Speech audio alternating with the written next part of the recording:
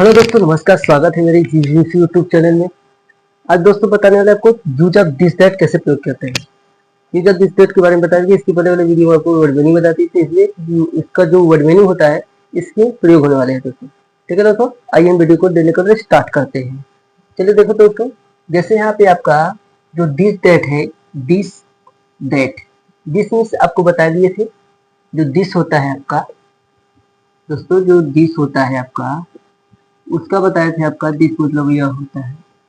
ठीक है, आइए हम इसके बारे में जानते हैं। अब दैट मीन्स क्या होता है, आपको बताया थे दैट मीन्स वो होता है। आइए हम वीडियो को समझते हैं। देखिए, जैसे कि हो गया आपका दिस। अब दिस का प्रयोग कैसे करते हैं समझने करते हैं, ध्यान देखिए। जो दिस होता है मेरा, यह एक ये क्या होता है, सिंगुलर नंबर होता है। Singular number.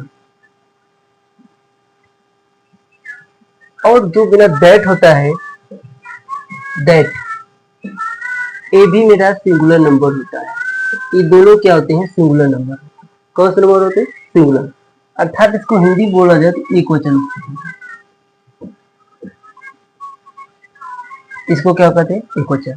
अब इसमें हम ध्यान से समझेंगे। देखिए इसके बाद क्या होता है कि इसमें ये बताने वाले हैं कि इसका ट्रांसलेट कैसे करते हैं, इसको कैसे समझते हैं कि कौन सी चीज कभी यह करते हैं तो यह के साथ साथ कौन वस्तु लेना चाहिए, को वो चीज लेना चाहिए, वह के साथ कौन सी वस्तु लेना चाहिए, दूर के लिए नजदीक के लिए, किस प्रकार कैसा लेना चाहिए। आइए हम वीडियो में ध्यान समझते हैं। देखिए दोस्तों, जैसे कि आपका हो गया दिस, जो दिस हो गया, दिस होता है, ये क्या होता है, नजदीक की,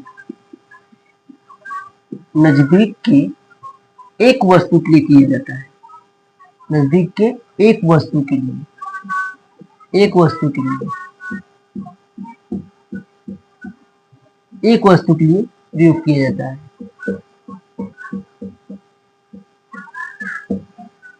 ठीक है दोस्तों, एक वस्तु के लिए हो गया। ठीक इसी प्रकार दैट का, दैट का क्या होता है, इसमें नजदीक होता है, दैट में दूर होता है। ये दूर के, दूर के लिए, सॉरी, दूर के एक वस्तु के लिए, दूर के एक वस्तु के लिए प्रयोग किया जाता है। कैसे प्रयोग किया जाता है, दूर के एक वस्तु के लिए प्रयोग किया जाता है। ये समझ लीजिए क्या होता है, इसमें ध्यान समझते हैं।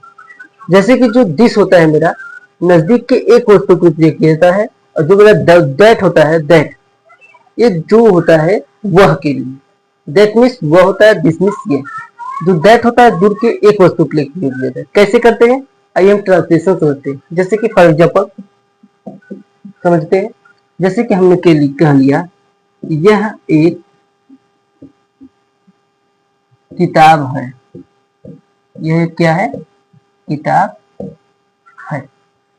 जो यह होता है, यह जो मेरा यह आया है, सबसे पहले यह है, तो बताइए ये किताब है तो पास में है कि दूर में, पास में है यानी नजदीक में है। इसलिए कहा गया है जो दिस होता है नजदीक की एक वस्तु के लिए उपयोगी। तो किताब एक है कि अधिक, एक किताब की बात कर रहे हैं।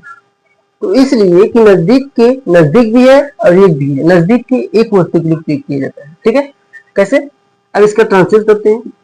यह क्या होता है, दिस, यह है, यह है। ट्रांसलेशन कैसे करेंगे, ध्यान समझिए। यह है, दिस इज, क्योंकि ये क्वेश्चन है इसमें इज लगाते हैं। उसके बाद क्या है, एक किताब एक में है, तो एक किताब है एक में, यानी अ बुक। क्या करेंगे, अ बुक। अब एक चीज आपको और बताने वाले हैं कि हमने आपको बताया था यहाँ पर जो शुरू होते हैं वर्ड के पहला अक्षर, अगर यहाँ पे आपका वावेल आते हैं तो इसके पहले क्या लगते हैं, ये आपको बताए थे पहले, एन लगते हैं। अगर यहाँ पे कॉन्सोनेंट आएगा तो क्या लगेंगे, ए लगेगा। अब बताइए यहाँ पे वावेल आया कॉन्सोनेंट, ए मेरा भी है कॉन्सोनेंट, इसलिए यहाँ पे ए लगेगा।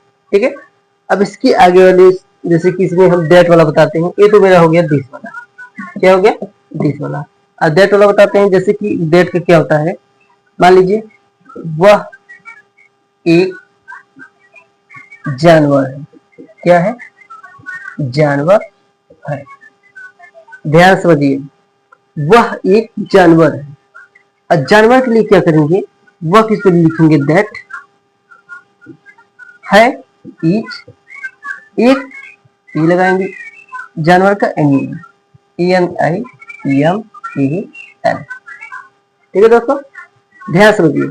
जैसे कि हमको बताया था, आपको बताया था कि यदि वर्ड के स्टार्टिंग में जो वहां पे आते हैं, यदि वावेल होता है तो इसके पहले एन लगाते हैं, अगर कॉन्सोनेंट होता है तो ए लगाते हैं, लेकिन है क्या? वावेल। तो वावेल मिस अगर होता है तो यहाँ पे क्या लगाएंगे? एन। क्या लगाएंगे? एन लगाएंगे। अब कैसे लगाएंगे, कब लगाएंगे, कहाँ लगाएंगे, ये समझने के लिए आपको वीडियो में बने रहिए। अब आपको बताते हैं स्टेप बाय स्टेप, समझिएगा ध्यान से। जैसे कि आपको बताए थे वावेल, जो वावेल की मैंने चर्चा किया था, ये होते हैं 5। आपको कितने बताए थे? 5। ये मेरे 5 होते हैं। क्या होते हैं? ए हो गया, ई हो गए, आई हो गए, ओ हो गए, टी। इसमें से कोई अगर शब्द आ जाते हैं, कोई अल्फाबेटिकली जो रिलेटर होते हैं यहाँ पे आ जाते हैं, तो इसके पहले वाले शब्द में, वर्ड में एन लगा देते हैं। क्या लगा देते हैं? एन लगा देते हैं। कैसे? जैसे मान लीजिए ए आ गया, देखो ए आ गया, इससे पहले एन लगा दें।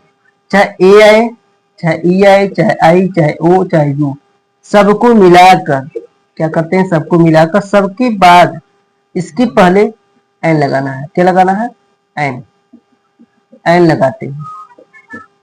क्या लगाते हैं? एन। बाकी जितने भी वर्ड मीनिंग आएगा सबके आगे ए लगाएंगे। क्या लगाते हैं? ए। जैसे हमने कह दिया वह एक अंडा है। वह एक है, वह को क्या होगा? दैट इज ओ एक। अब बताइए, यहाँ पे ये जो है वावेल की कॉन्सोनेंट है, समझना पड़ेगा। ध्यान समझिए, हमने आपको बताया था वावेल 5 होते हैं। कितने होते हैं? 5। आपको बता दिए AEIOU, इसमें से कोई भी वर्ड में कोई भी लेटर अगर यहाँ पे प्रयुक्त होते हैं, आ जाते हैं, तो इसके पहले वाले जो होते हैं, इसके पहले वाले एन लग जाते हैं। क्या लग जाते हैं? एन। यानी एन एक हो जाएगा। ठीक है, जैसे हमने आपको सिंपल तरीका बता दिया, जैसे कि मान लो an egg, an orange, an umbrella, an an करके लगाएंगे एलिफेंट, इस प्रकार। उसके बाद एन आइस, इस प्रकार लगाते रहते हैं। इसको छोड़कर बाकी सभी के आगे आपको ए लगाना है। ये 5 को छोड़कर अगर कोई वर्ड मीनिंग आ गया, इसको 5 को छोड़कर बाकी सबके पहले ए लगाना है। क्या लगाना है? ए, न कि एन लगाना है। एन इसी के आगे लगाना है, AEIOU, सिर्फ 5 अक्षर के आगे। ठीक है दोस्तों? तो दोस्तों आज की वीडियो में तक, मिलते किसी नेक्स्ट वीडियो में, मस्त वीडियो में। तब तक के लिए जय हिंद, गुड बाय।